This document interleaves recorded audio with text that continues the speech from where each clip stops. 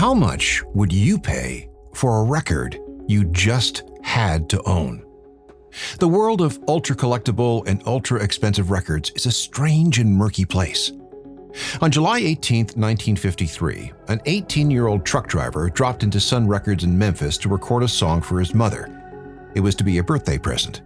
He recorded a version of a 1948 song called My Happiness, and the B-side was entitled That's When Your Heartache Begins. This was a one-copy-only 10-inch 78 RPM acetate. That trucker's name was Elvis Presley, and this record, which cost him $4 to make, is where the legend of the King started. It's the Big Bang of rock and roll. No one is really sure what happened to the record after that. It appears to have been acquired by someone who kept it in a bank vault. But we do know where it is now. Jack White bought it at auction for $300,000 in January 2015. He's since digitized it and released it for everyone. When the Beatles released the White Album, each copy had its own serial number. The first 4 went to members of the Beatles. Ringo got number 0000001. He kept it safe until December 2015 when he auctioned it off for charity for $790,000. We can go higher. There's a one-off recording of Bob Dylan singing Blowin' in the Wind. He recorded it with producer T-Bone Burnett in March 2021 as a 60th anniversary commemoration of the original recording, which came out in 1962. It was pressed onto a special playable disc, not of vinyl, but aluminum. And then it was sold at auction for $1.8 million in 2022. But that's still not the most expensive record of all time. That honor goes to a compact disc that was recorded over 6 years. And when it was released, a weird series of events was kicked off. It involved criminals, lawsuits, and a seizure by the U.S. government. I'm Alan Cross, and this is episode 61 of Uncharted Crime and Mayhem in the Music Industry. This is the story of the great Once Upon a Time in Shaolin caper.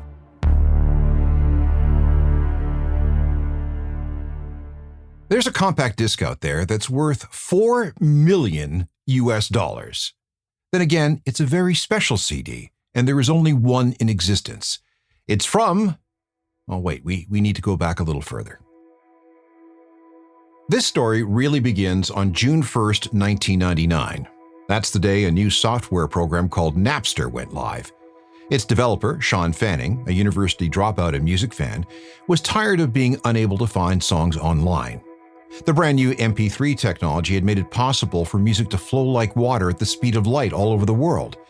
Napster made it possible for anyone with a computer and an internet connection to quickly find virtually any digital music file that was out there, without having to pay for it, of course. Napster kicked off the era of music piracy, and going forward from June 1st, 1999, the genie was forever out of the bottle.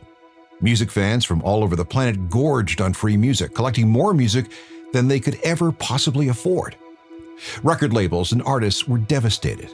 If music was free, then who would buy the high-margin CDs that had brought in billions upon billions of dollars for the past 2 decades?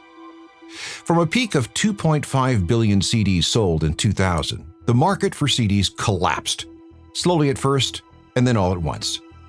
In 2001, when the iPod was introduced, music consumers moved from physical music to digital tracks. Combined with illegal peer-to-peer file sharing, CD sales dropped in half by 2007. Then, on October 7, 2008, Spotify went live, kicking off the streaming era in earnest. Spotify was an all-you-could-eat music buffet. You could pay for the full version, or if you didn't mind a few commercials every once in a while, it was free. Artist revenues went in the tank. Revenues at record labels cratered. The whole industry needed to rebuild itself to survive in the new digital world. It took at least a decade for the record labels to recover, and many artists never did. For music fans, there was a different kind of shift. Pre-Napster, you had to work to earn enough money to be able to travel to a record store to buy a piece of plastic. And because those pieces of plastic were so expensive relative to your income, you were very careful who got your money. By paying for a CD, we made a financial investment in an artist. And because we paid cold, hard cash for those CDs, we assigned a monetary value to the CD and the music it contained. Compare this to other pieces of art. An original painting might sell for millions of dollars, but there was only one original version.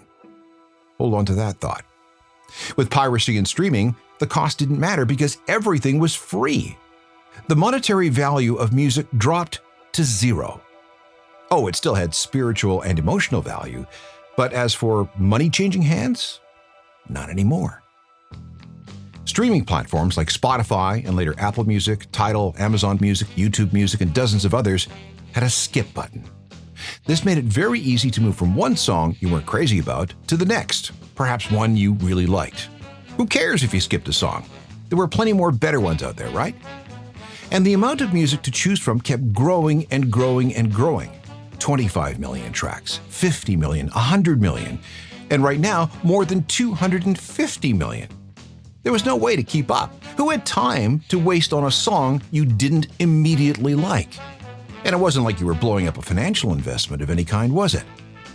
Between 2008 and 2015, CD sales dropped a further $4 billion a year. By 2018, only 52 million CDs were being sold annually in the US. That's a drop of 94% from their high in 2000. Meanwhile, it still costs money for an artist to make music. They contribute talent and labor and time.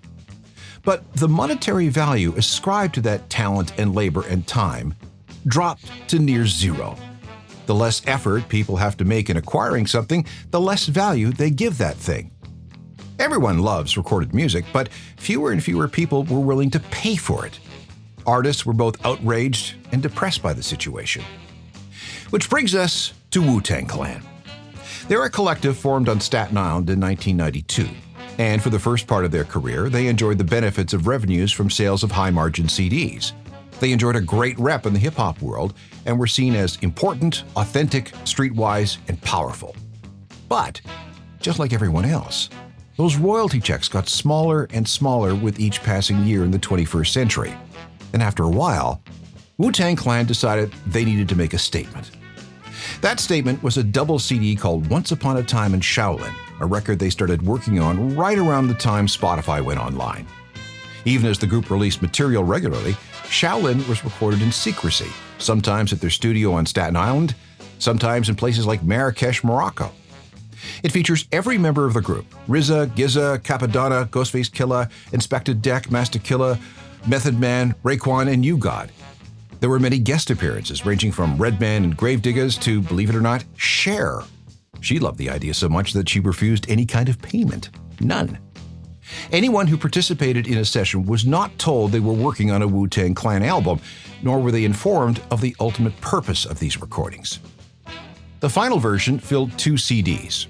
Disc 1 was entitled Shaolin School, and Disc 2 was Allah School. 26 tracks in total, or maybe it's 31. We weren't entirely sure. This is because so much about the CD was secret.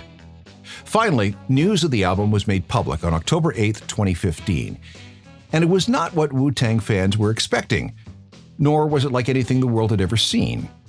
And not only that, it was the foundation for a crime caper that no one foresaw.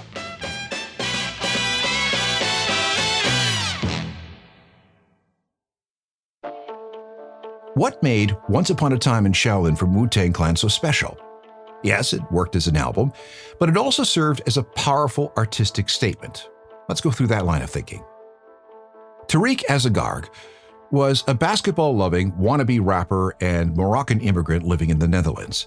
He was obsessed with Wu-Tang Clan. In fact, he was so obsessed that he went to insane lengths to contact the clan because he was determined to work with them. That odyssey is a story in itself, but suffice it to say that he managed to attract the attention of RZA.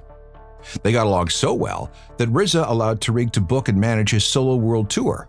It was a success, so trust between them was sealed. One night in Cairo, they climbed halfway up the Great Pyramid and then sat there talking. Tariq, who had adopted the rap alias of Silver Rings, was distressed and angry about music, and the fact that it had lost all its monetary value, and by extension, musical artistry, talent, and labor was devalued to near zero. Music and musicianship had become cheapened thanks to piracy and streaming. That night, sitting on the ancient structure, he had a conversation with RZA about the idea of patronage, a way that fans could support an artist by means other than just paying for a CD. This is a tradition that goes back hundreds of years to at least the Renaissance. Shakespeare was allowed to write and produce plays thanks to the generosity of a wealthy fan named Henry Wriothesley. Mozart was supported as a composer by Austrian Emperor Joseph II and a few others. And Beethoven was kept working by several princes, an archduke, and at least one count. In the case of Wu-Tang, Silver Rings had a proposal: a one-copy-only album, which would be positioned as a piece of art, just like an original painting or sculpture. It, said Silver Rings, would be the hip-hop equivalent of a Picasso. Plus, he said he'd fund this new Wu-Tang project himself. The money would come from a secret benefactor known only as Mr. S. The deal was, if the project was a failure, Silver Rings and Mr. S would pay everything back out of their own pockets. So talk about a gamble. RZA was in. And although it took a while to convince the rest of the clan, I mean, why would an artist make music that, say for one person, would not be heard by the rest of the world? But they eventually signed on. But it took more than 6 years to complete the project. And in the end, only 2 of the clan ever heard the whole album, RZA and Silver Rings. The rest of the group only heard the bits that they were working on. But when it was complete, it was really something to behold. Just as Silver Rings proposed, only one copy was made, and all the master files that went into making the album were permanently deleted. The CDs were packaged inside several nesting silver and nickel jewel-encrusted boxes, created by a guy in Morocco named Yeha. Its construction required saws, able to cut things within tolerances of micromillimeters, in addition to some meticulous hand carving. Leather-bound liner notes that stretched 174 pages were created. It included lyrics along with drawings and stories dealing with the narrative found throughout the songs. A master bookbinder from Serbia named Alex Libris was hired for that. And as a final touch, once the box was assembled, everything was closed with a wax Wu-Tang Clan seal. Once Upon a Time in Shaolin was announced on March 26, 2014 in Forbes magazine. All right, why a financial publication? Well, that was more fitting than a regular music magazine. After all, this was something extremely valuable. At the same time, Wu-Tang Clan wrote this on their website: "The music industry is in crisis. The intrinsic value of music has been reduced to zero. Contemporary art is worth millions by virtue of its exclusivity. By adopting a 400-year-old Renaissance-style approach to music, offering it as a commissioned commodity and allowing it to take a similar trajectory from creation to exhibition to sale, we hope to inspire and intensify urgent debates around the future of music." The album came with conditions. The contract regarding its sale was very tight. There could be no commercial exploitation, and any of the music could not be sold for commercial reasons for 88 years. So that meant that nothing could be done with the music until 2103. Why 88 years? Well, because there were 8 original members of Wu-Tang Clan, and if you add the numbers in the year 2015, you get 8. And if you rotate the number 8 90 degrees, you get the symbol for infinity. Fine. The eventual owner could play the CD at private parties, but was forbidden to charge money for admission. There would be no digital distribution. When news hit, it blew up. Media outlets all over the world carried the story of this ultra-valuable CD. Such a thing had only been done once before, when French electronic artist Jean-Michel Jarre produced an album entitled Music for Supermarkets in 1983. There was only one copy, but he allowed it to be played on the radio and encouraged people to make bootleg recordings, which meant that it was relatively easy to find and listen to. The Wu-Tang Clan project was obviously more extreme than that. The mystique around Shaolin was off the charts. Getting the CD into the US from Morocco proved to be difficult. On March 3, 2015, it was held up at customs at JFK Airport while officers determined what they should do with it. Should they open it and search it? In the end, it was allowed through by the TSA, but it was pretty nerve-wracking. From there, it was displayed as an art object. After all, there was only one. Many museums wanted a piece of this, including New York's Museum of Modern Art. In March 2015, 150 art collectors, art dealers, and critics got to see the album at the Museum of Modern Art Gallery in Queens. No one got in without being searched for recording devices. About 13 minutes of the album was played from a laptop provided by Silver Rings, which, by the way, he'd lost on the flight over from London, and it took forever before it turned up at JFK's Lost and Found. After considering pitches from both Sotheby's and Christie's, Once Upon a Time in Shaolin was turned over to a company called Paddle 8, an international online auction house experienced in selling high-value art from artists such as Damien Hirst and Julian Schnabel. The auction began in the spring of 2015 with an opening bid of $500,000. Many wealthy hip-hop fans were interested, including Ben Horowitz, an investor in the rap lyric site Genius. There were offers of $1 million, $5 million, and it's possible that Mark Zuckerberg, the founder of Facebook, placed a pre-auction offer of $10 million. On the corporate side, Samsung proposed an insane deal, but it was turned down. It would have to be a clean and pure auction. And on May 3, 2015, a winning bid was accepted from an anonymous party. And the price? $2 million, making it the most expensive work of music ever sold, blowing past those records from Elvis and the Beatles that I mentioned earlier. And since then, the only record that has come close was the 2022 sale of that special Bob Dylan recording of Blowin' in the Wind, and even that sold for just $1.8 million. So who would spend $2 million on a CD? This is where we get into the crime and mayhem part of the story.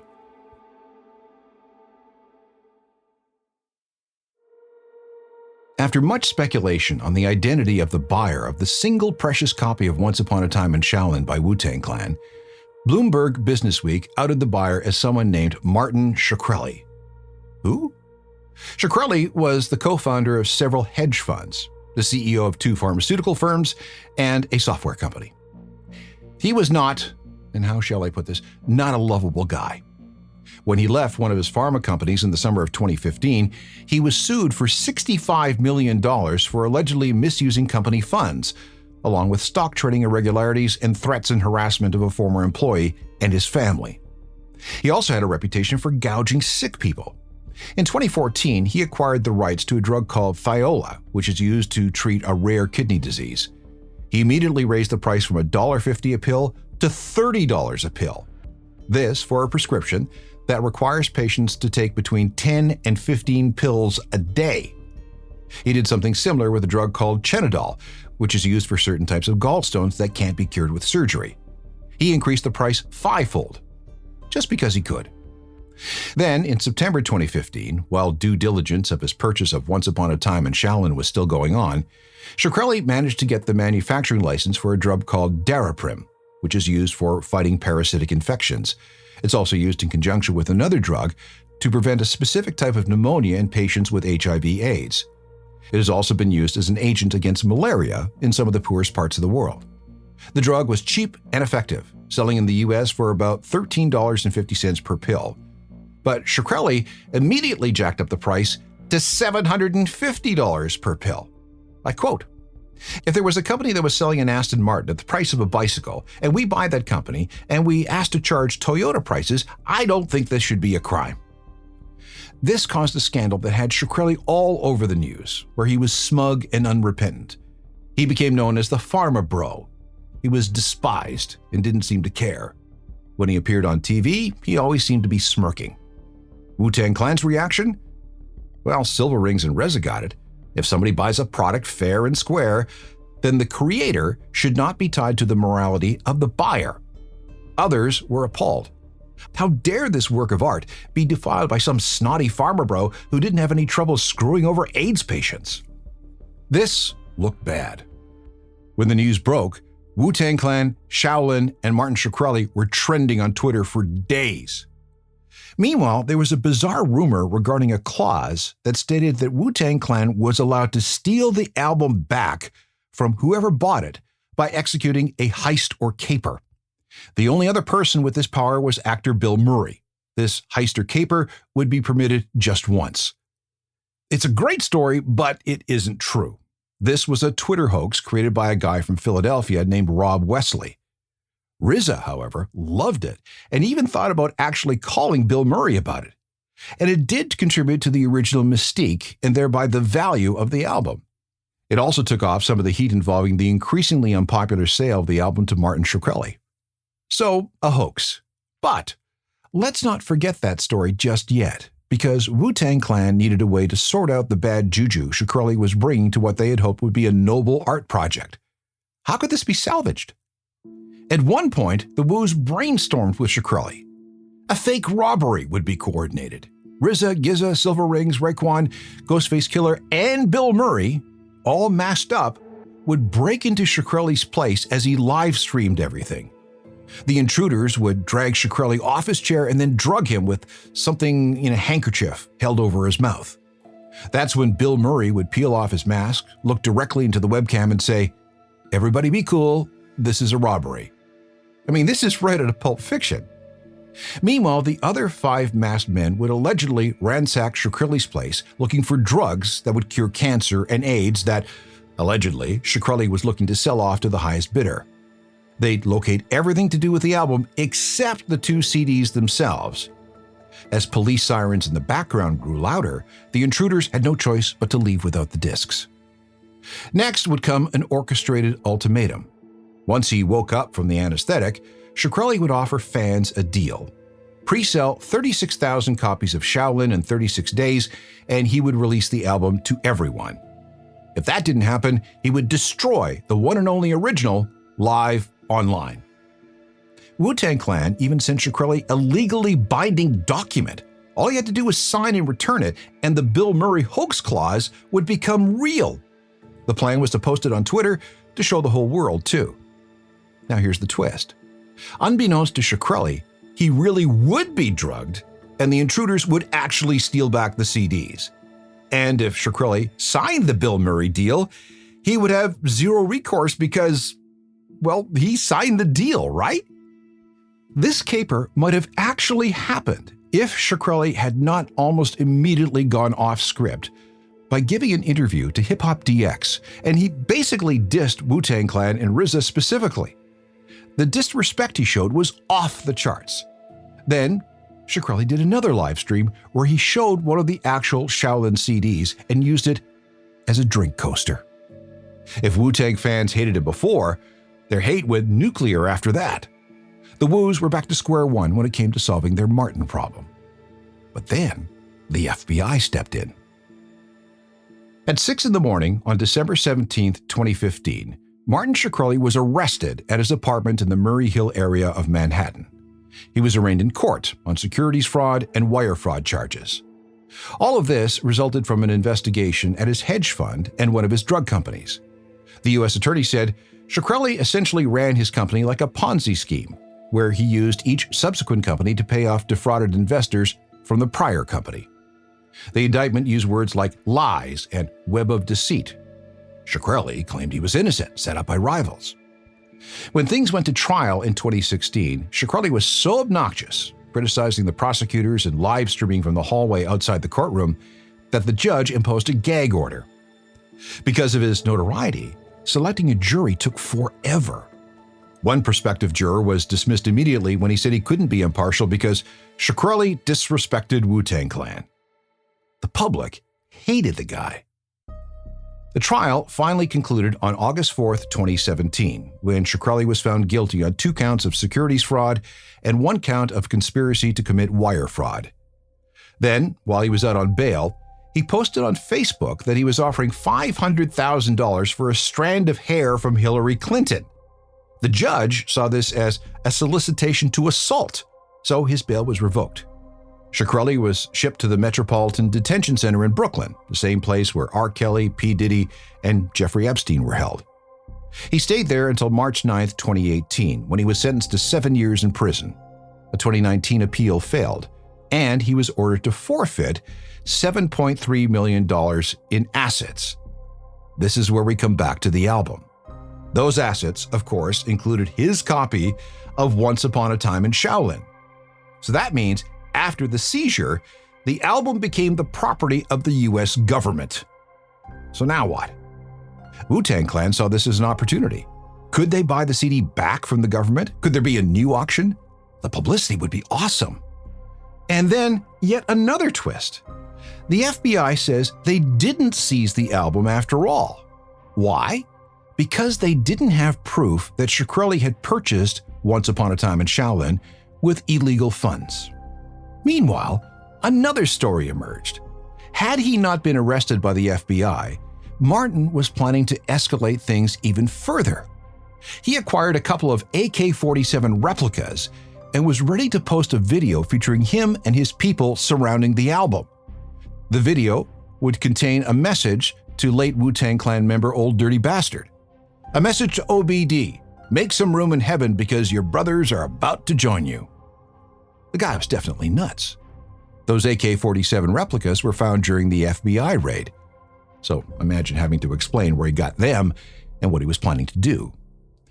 Shkreli eventually told the Wall Street Journal that this whole thing was his idea of a social experiment. He was innocent and guilty of nothing more than playing the media. It was just theater, he said. Shkreli continued to push his luck in jail. In 2019, he was sent to solitary confinement for being caught with a contraband cell phone. He asked for compassionate release in 2020 so he could develop a vaccine for COVID. And he got into a romantic relationship with a reporter from Bloomberg. He was released from prison on May 18, 2022. After time in a halfway house, he moved in with his sister. The last we heard, he was working as some kind of software consultant. A $1.4 million fine for violating securities laws hung over his head, and he's banned from serving as a director or officer in any publicly traded company for the rest of his life. Okay, so where is Once Upon a Time in Shaolin?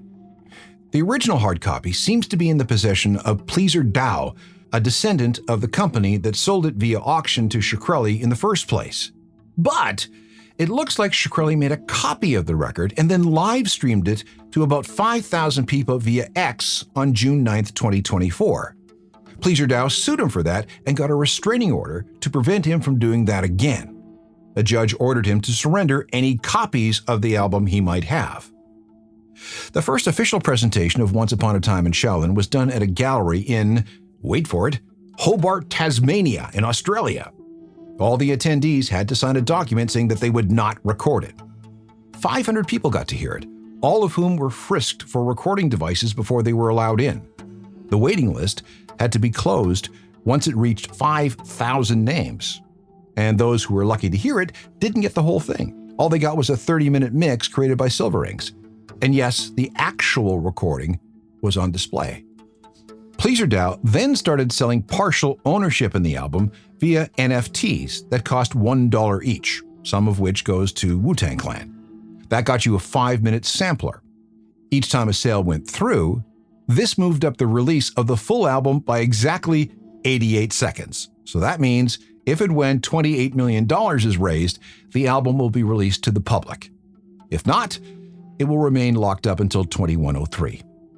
Since then, though, there have been suits and countersuits involving Shkreli, Pleaser Dao, and members of Wu-Tang Clan.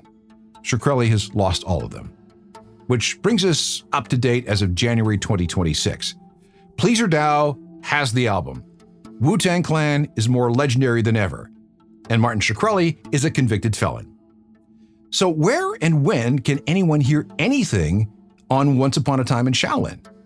Well, nowhere, at least not the full album. A 5-minute mix, the one prepared by Silverings for that gallery exhibition on March 2nd, 2015, can be found on YouTube.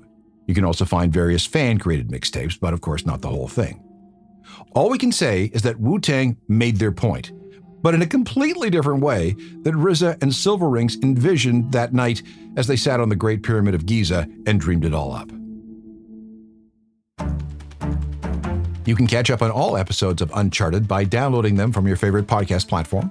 If you have any questions or comments about anything you hear on this podcast, just shoot me an email, alan@alancross.ca. We can also meet up on all the social media sites, along with my website, ajournalofmusicalthings.com, which is updated with music news and recommendations every day. And there's the free daily newsletter that you should get. Finally, please check out my other podcast, The Ongoing History of New Music, which deals with rock music at large. There are hundreds and hundreds of episodes that you can enjoy all for free. See you next time for more stories of crime and mayhem in the music industry. Episodes arrive every 2 weeks. Technical productions by Rob Johnston. I'm Alan Cross.